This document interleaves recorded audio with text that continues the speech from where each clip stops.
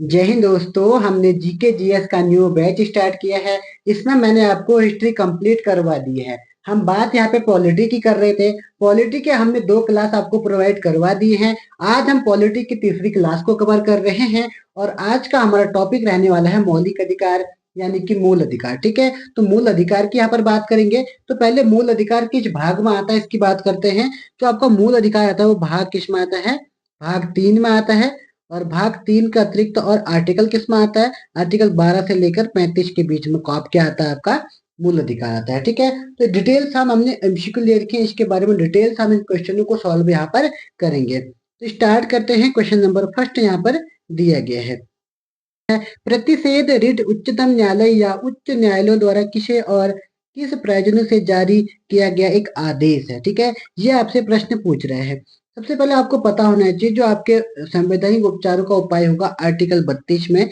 इसके तरीके से हम 5 प्रकार के रिट जारी कर सकते हैं। ठीक है, फर्स्ट आपके बंदी प्रत्यक्षण होता है, दूसरा आपका अधिकार परीक्षा होता है, तीसरा आपका परमादेश होता है, चौथा आपका उत्प्रेषण होता है और पांचवा आपका प्रतिषेध होता है। ठीक है, तो एक एक करके इसकी हम डिटेल से बात करेंगे। तो पहला है आपका बंदी प्रत्यक्षण। बंदी प्रत्यक्षण में क्या होता है? अगर आपने किसी को गिरफ्तार कर लिया है तो 24 घंटे के अंदर उसको आपने सुप्रीम कोर्ट या हाई कोर्ट के सामने प्रस्तुत करना होगा। पहला ये हो गया।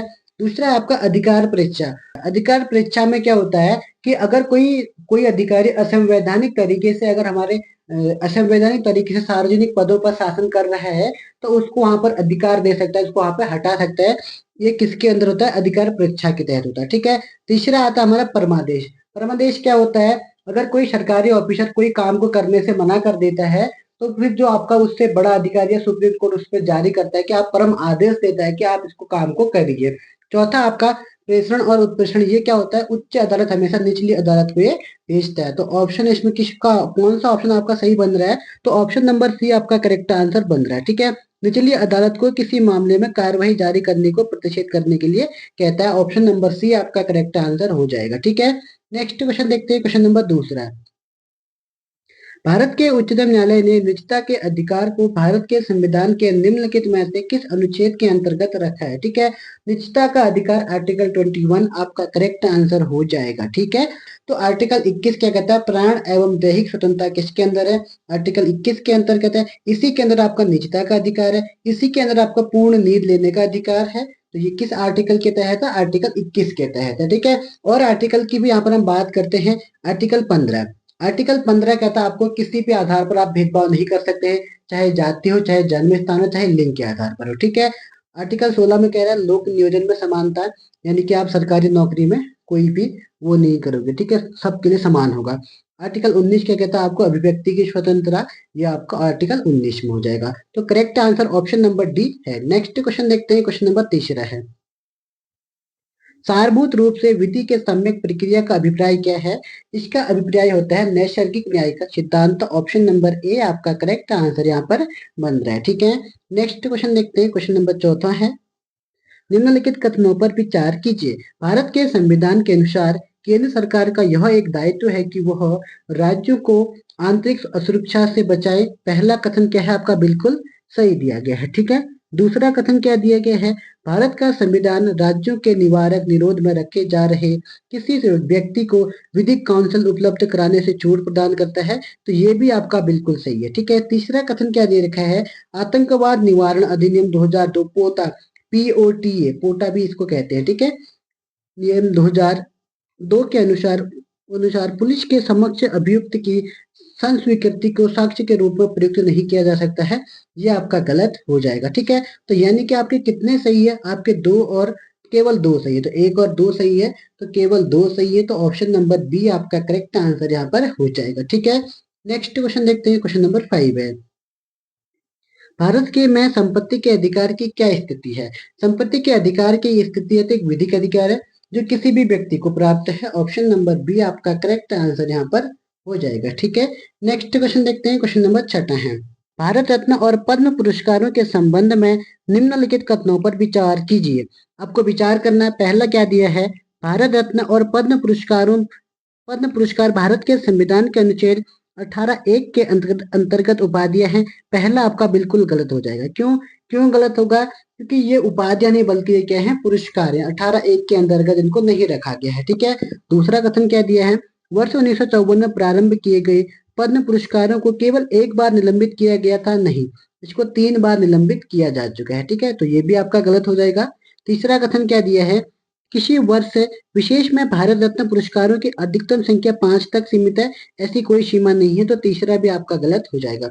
1, 2, 3, 3 के 3 आपके गलत हो जाएंगे, तो ऑप्शन नंबर डी आपका करेक्ट आंसर हो जाएगा। ठीक है। नेक्स्ट क्वेश्चन देखते हैं, क्वेश्चन नंबर 7 है, भारत रत्न के संदर्भ में निम्नलिखित कथनों पर विचार कीजिए। न्यायिक हिरासत का अर्थ है कि अभियुक्त संबंधित मजिस्ट्रेट की हिरासत में है और ऐसे अभियुक्त को पुलिस स्टेशन के हवालात में रखा जाता है, न कि जेल में।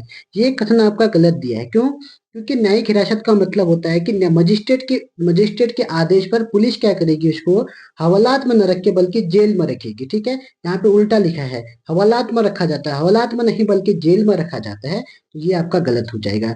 दूसरा कथन क्या दिया है, न्यायिक हिरासत के दौरान मामले के प्रभारी पुलिस अधिकारी न्यायालय की अनुमति के बिना संदिग्ध व्यक्ति से पूछताछ नहीं कर सकते हैं। हाँ, ये आपका बिल्कुल सही है। तो केवल 2 आपका सही है, तो ऑप्शन नंबर बी आपका करेक्ट आंसर हो जाएगा। नेक्स्ट क्वेश्चन देखते हैं, क्वेश्चन नंबर 8वां है, भारत के संदर्भ में निम्नलिखित कथनों पर विचार कीजिए।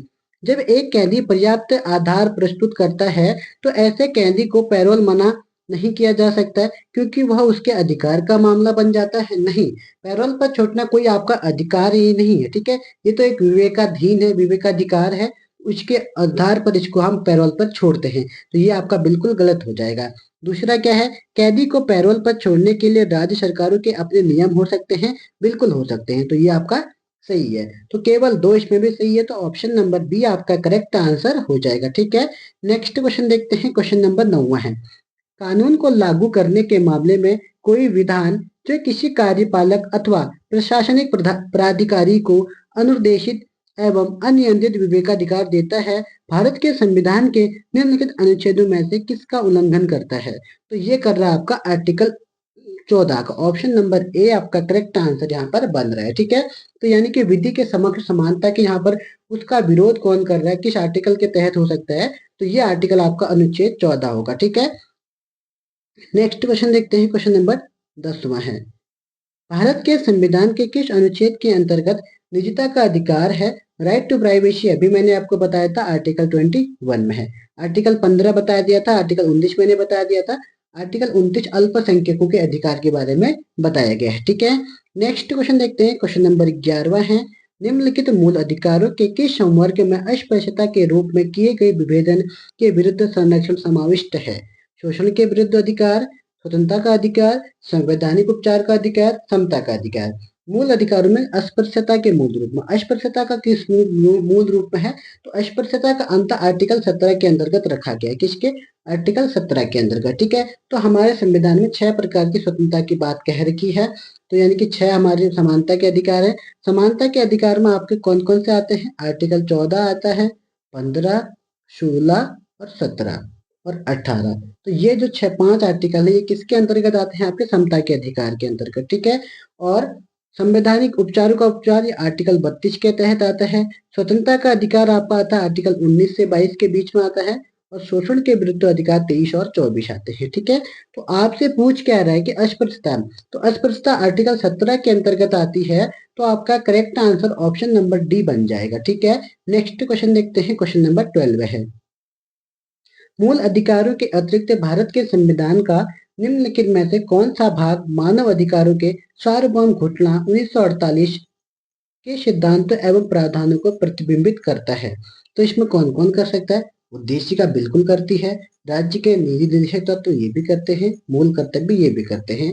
1 और 2, 3, 3 के 3 आपके यहाँ पर सही है, तो option number D correct answer बन जाएगा। ठीक है। नेक्स्ट क्वेश्चन देखते हैं, क्वेश्चन नंबर 13 है, भारत के संविधान का कौन सा अनुच्छेद अपनी पसंद के व्यक्ति से विवाह करने की किसी व्यक्ति के अधिकार को संरक्षण देता है? तो ये देता है आपका article 21, option number B correct answer हो जाएगा। ठीक है, आर्टिकल 19 बता दिया है, आर्टिकल 25 मैंने बता दी, आर्टिकल 29 बता दिया है, आर्टिकल 25 में आपको धार्मिक स्वतंत्रता है। ठीक है, धार्मिक स्वतंत्रता की बात कहाँ कर रखी है? आर्टिकल 25 में कर रखी है।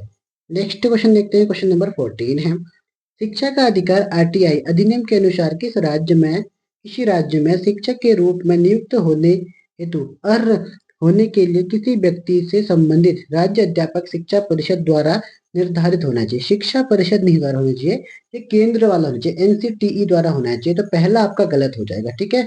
शिक्षा परिषद द्वारा नहीं, केंद्रीय परिषद द्वारा ये होना चाहिए था, तो ये आपका गलत हो जाएगा, ठीक है। तो पहला आपका गलत हो जाएगा। दूसरा क्या दिया है, आरटीआई अधिनियम के अनुसार प्राथमिक कक्षाओं में शिक्षण हेतु किसी अभ्यर्थी के लिए राष्ट्रीय अध्यापक शिक्षा परिषद के दिशा निर्देश के अनुरूप लिए गई अध्यापक अर्हता परीक्षण में उत्तीर्ण मानना आवश्यक है। ये आपका बिल्कुल सही है, ठीक है।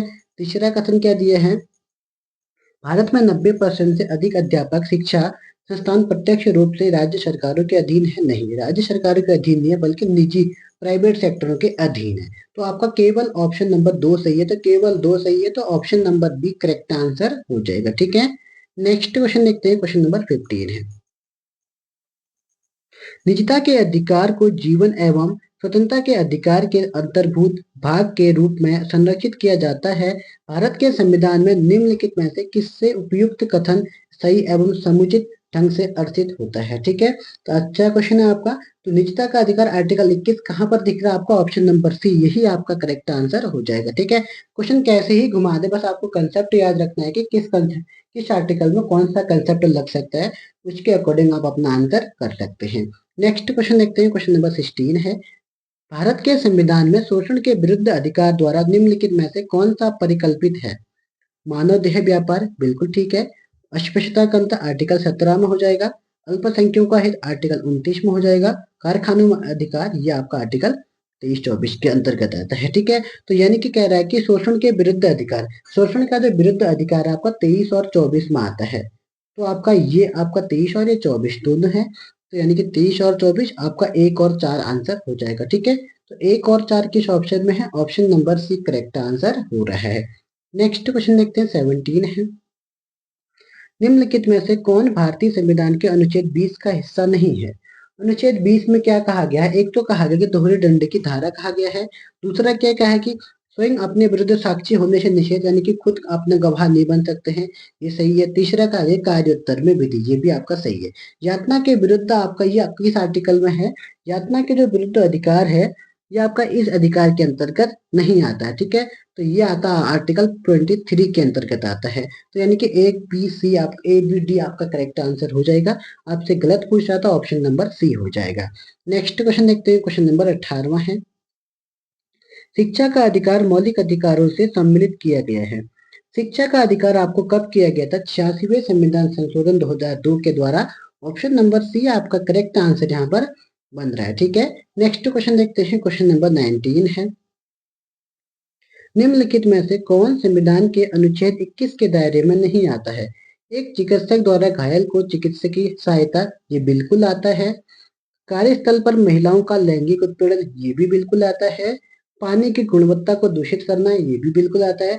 मृत्यु दंड नहीं आता। ऑप्शन नंबर डी आपका करेक्ट आंसर यहाँ पर हो जाएगा, ठीक है। नेक्स्ट क्वेश्चन देखते हैं, 20 है। निम्नलिखित कथनों में से कौन सा एक सही है।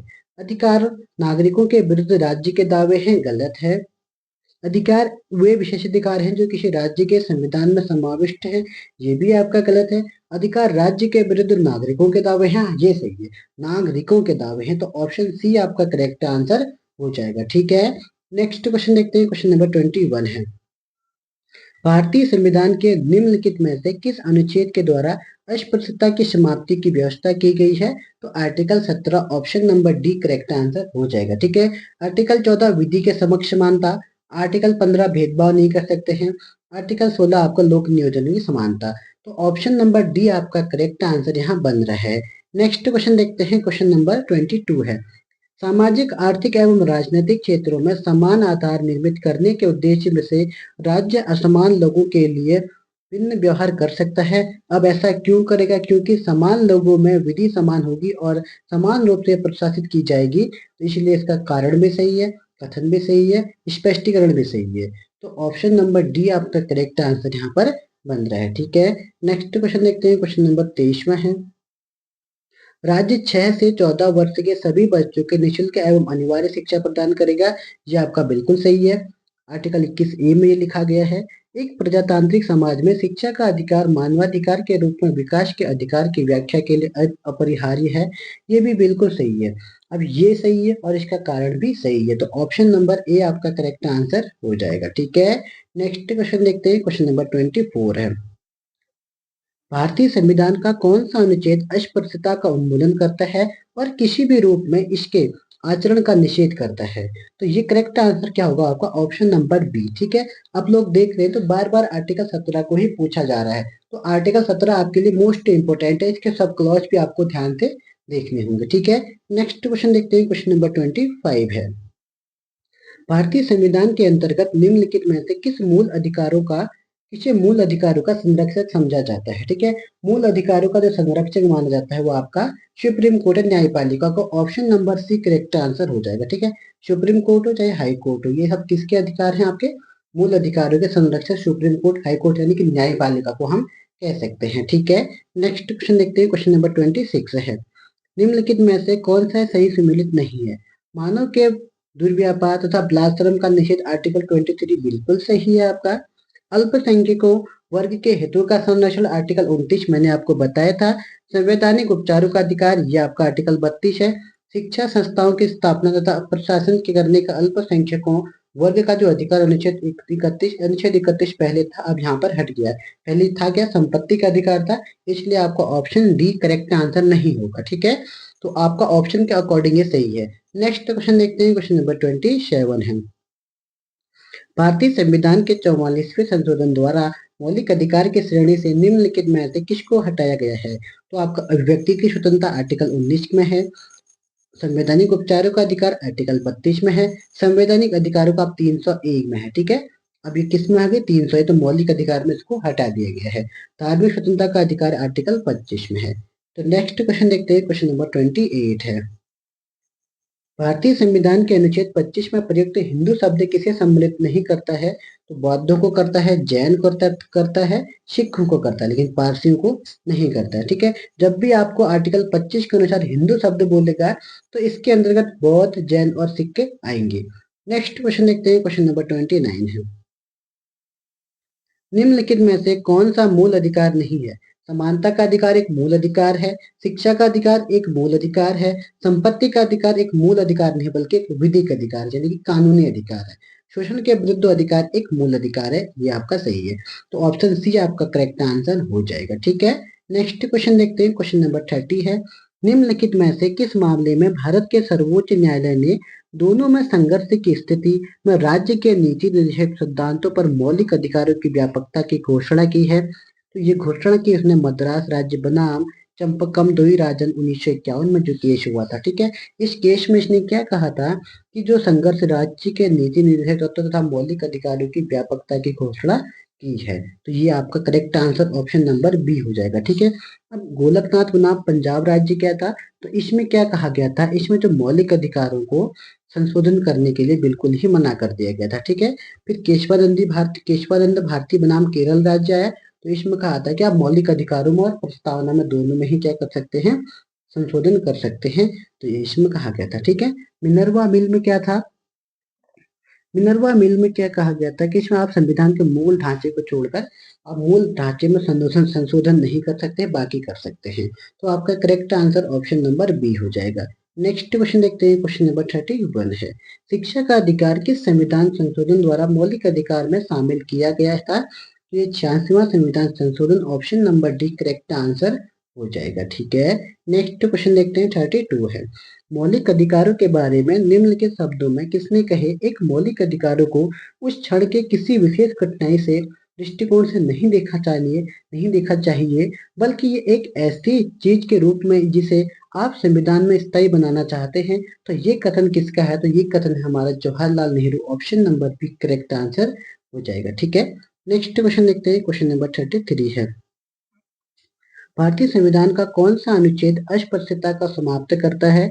तो ये कौन सा है? आपका आर्टिकल 17 आपका करेक्ट आंसर हो जाएगा। ठीक है, बाकी आर्टिकल की मैं बात कर चुका हूँ, तो आप लोगों को याद हो गए होंगे। ठीक है, नेक्स्ट क्वेश्चन देखते हैं। क्वेश्चन नंबर 34 है, अनुसूचित जाति तथा अनुसूचित जनजाति को किस अनुच्छेद के अंतर्गत मौलिक सामाजिक आर्थिक राजनीतिक तथा सांस्कृतिक अधिकार दिया गया है?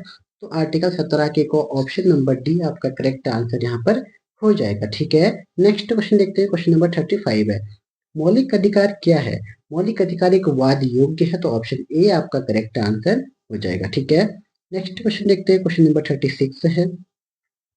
भारतीय संविधान में मौलिक अधिकारों के विचार का संदर्भ किस देश से लिया गया है?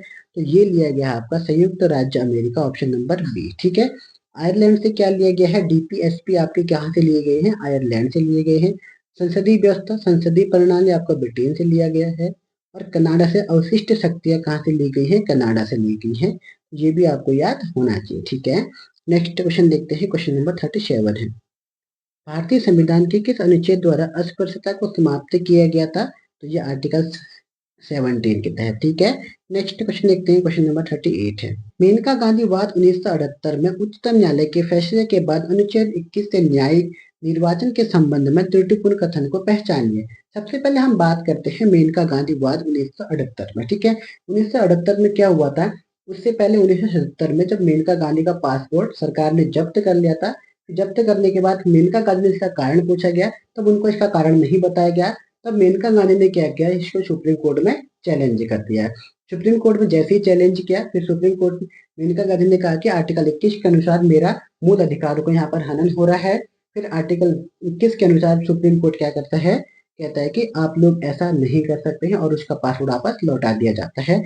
करेक्ट आंसर क्या है आपका? मतलब ये आपका बात हो गई। अब इसके अकॉर्डिंग हम ऑप्शन को देखते हैं। ऑप्शन क्या कह रहा है?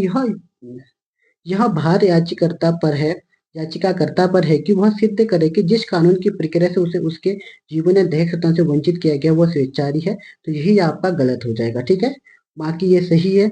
कानून द्वारा स्थापित प्रक्रिया संयुक्त राज्य अमेरिका से विद्यमान उचित प्रक्रिया के मोटे तौर पर समर्थनात्मक है। दूसरी है, अनुच्छेद 21, 19 व 14 परस्पर अनन्य नहीं है। जीवन का अधिकार गरिमा में के साथ जीने का अधिकार शामिल है। तो ये भी आपका सही है। तो पहला ही आपका गलत था। तो बाकी नेक्स्ट क्वेश्चन देखते हैं, क्वेश्चन नंबर 39 है। संविधान के अनुच्छेद 25 के अनुसार धर्म स्वतंत्रता या अधिकार किसके अधीन नहीं है? तो इसके लिए सार्वजनिक व्यवस्था है, स्वास्थ्य है, सदाचार पर मानववाद नहीं है। ठीक है, ऑप्शन डी अब करेक्ट आंसर हो जाएगा। नेक्स्ट क्वेश्चन देखते हैं, क्वेश्चन नंबर 40 है। भारत के संविधान के अनुसार निम्नलिखित में से कौन सा कथन सही है? कानून के समक्ष समानता केवल भारतीय नागरिकता को ही क्वेश्चन नंबर 40 है। भारत के संविधान के अनुसार निम्नलिखित में से कौन सा कथन सही है, पूछ रहा है। ठीक है, पहला कथन क्या दिया है? कानून के समक्ष समानता केवल भारत के नागरिकों को ही प्राप्त है, विदेशी नागरिकों को भी प्राप्त है। तो पहला आपका गलत हो जाएगा। क्यों गलत होगा? क्योंकि जो आपका समानता है कानून के समक्ष आर्टिकल 14 के अंतर्गत ये भारतीय को भी प्राप्त है और विदेशी को भी प्राप्त है। ठीक है, तो आर्टिकल 15, 16, 29, 19, 29 और 30, तो ये आर्टिकल ये केवल भारतीय को ही प्राप्त है। तो ये आर्टिकल 14 तो है नहीं। फिर दूसरा क्या है? लोक रोजगार के मामलों में अवसर की समानता केवल भारत के नागरिकों को प्राप्त है। हाँ, ये सही है, क्योंकि आर्टिकल 16 है। चौथा कथन क्या, तीसरा कथन क्या दिया गया है? वाक स्वतंत्रता और अभिव्यक्ति स्वतंत्रता का अधिकार भारत में रहने वाले सभी लोगों को प्राप्त है। नहीं, यह आर्टिकल 19 है। भारत में रहने वाले सभी लोगों को प्राप्त नहीं है, बल्कि केवल भारत के नागरिकों को है। तो ये आपका गलत हो जाएगा। पहला भी गलत है, तीसरा भी गलत है। सही पूछ रहा है, तो केवल 2 आपका सही होगा। तो ऑप्शन बी आपका करेक्ट आंसर यहाँ पर हो जाएगा। ठीक है, नेक्स्ट क्वेश्चन देखते हैं, क्वेश्चन नंबर 41 है। किस संवैधानिक संशोधन अधिनियम ने राज्य को व्यादेश दिया है कि 6 से 14 वर्ष तक की आयु के सभी बच्चों को निःशुल्क और अनिवार्य शिक्षा प्रदान की जाए? तो 86 संविधान संशोधन, ऑप्शन नंबर बी आपका करेक्ट आंसर हो जाएगा। ठीक है, नेक्स्ट क्वेश्चन देखते हैं, क्वेश्चन नंबर 42 है।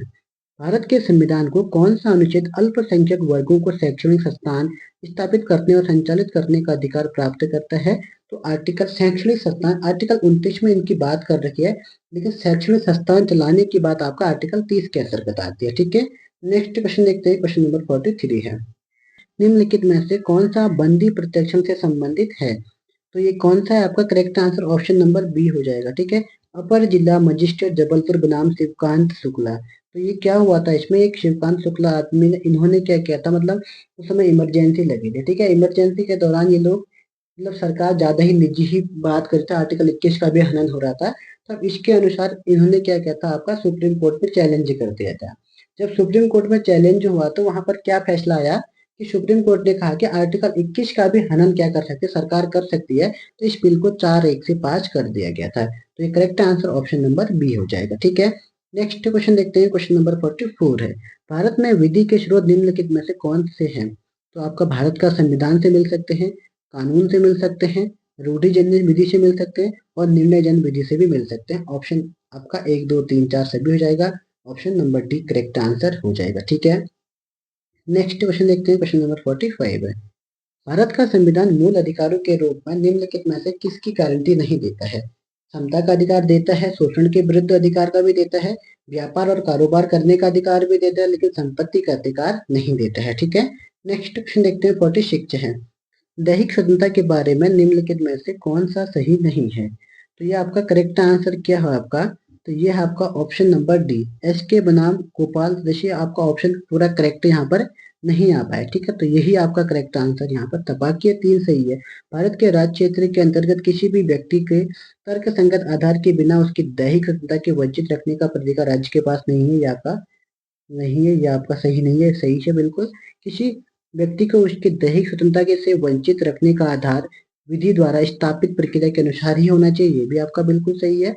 दैहिक स्वतंत्रता को न्यायिक बंदी प्रदर्शन रिजल्ट द्वारा सुनिश्चित किया जा सकता है। ये भी सही है। ठीक है, तो यहाँ पर कथन थोड़ा यहाँ पे मिस है, तो इसलिए यहाँ पर ठीक है। नेक्स्ट क्वेश्चन देखते हैं। क्वेश्चन नंबर 47 है, भारत के उच्चतम न्यायालय में निम्नलिखित में से किस एक वाद में पिछले वर्गों के बीच क्रीमी लेयर के मुद्दे पर चर्चा की गई थी? तो इंदिरा साहनी केस बनाम यूनियन ऑफ इंडिया भारत संघ। ठीक है, 19 का है, 92 93 का केस है, तो ये आपको याद होना चाहिए। ठीक है, नेक्स्ट क्वेश्चन देखते हैं। क्वेश्चन नंबर 48 है, निम्नलिखित अधिनिर्णयों में से किस एक में यह घोषणा की गई कि भारत के संविधान के भाग 3 के किसी भी उपबंध में संशोधन करने की कोई शक्ति संसद को नहीं है? तो ये कहा था आपका गोलक तात बनाम स्टेट ऑफ पंजाब राज्य में कहा गया था। ठीक है, नेक्स्ट क्वेश्चन देखते हैं। 49 है, निम्नलिखित में से कौन सा कथन सही है? भारत के संविधान का अनुच्छेद 15 भारत के नागरिकों तथा विदेशी दोनों को उपलब्ध है। तो ये आपका गलत हो जाएगा। ठीक है, केवल भारतीयों को ही मौजूद है।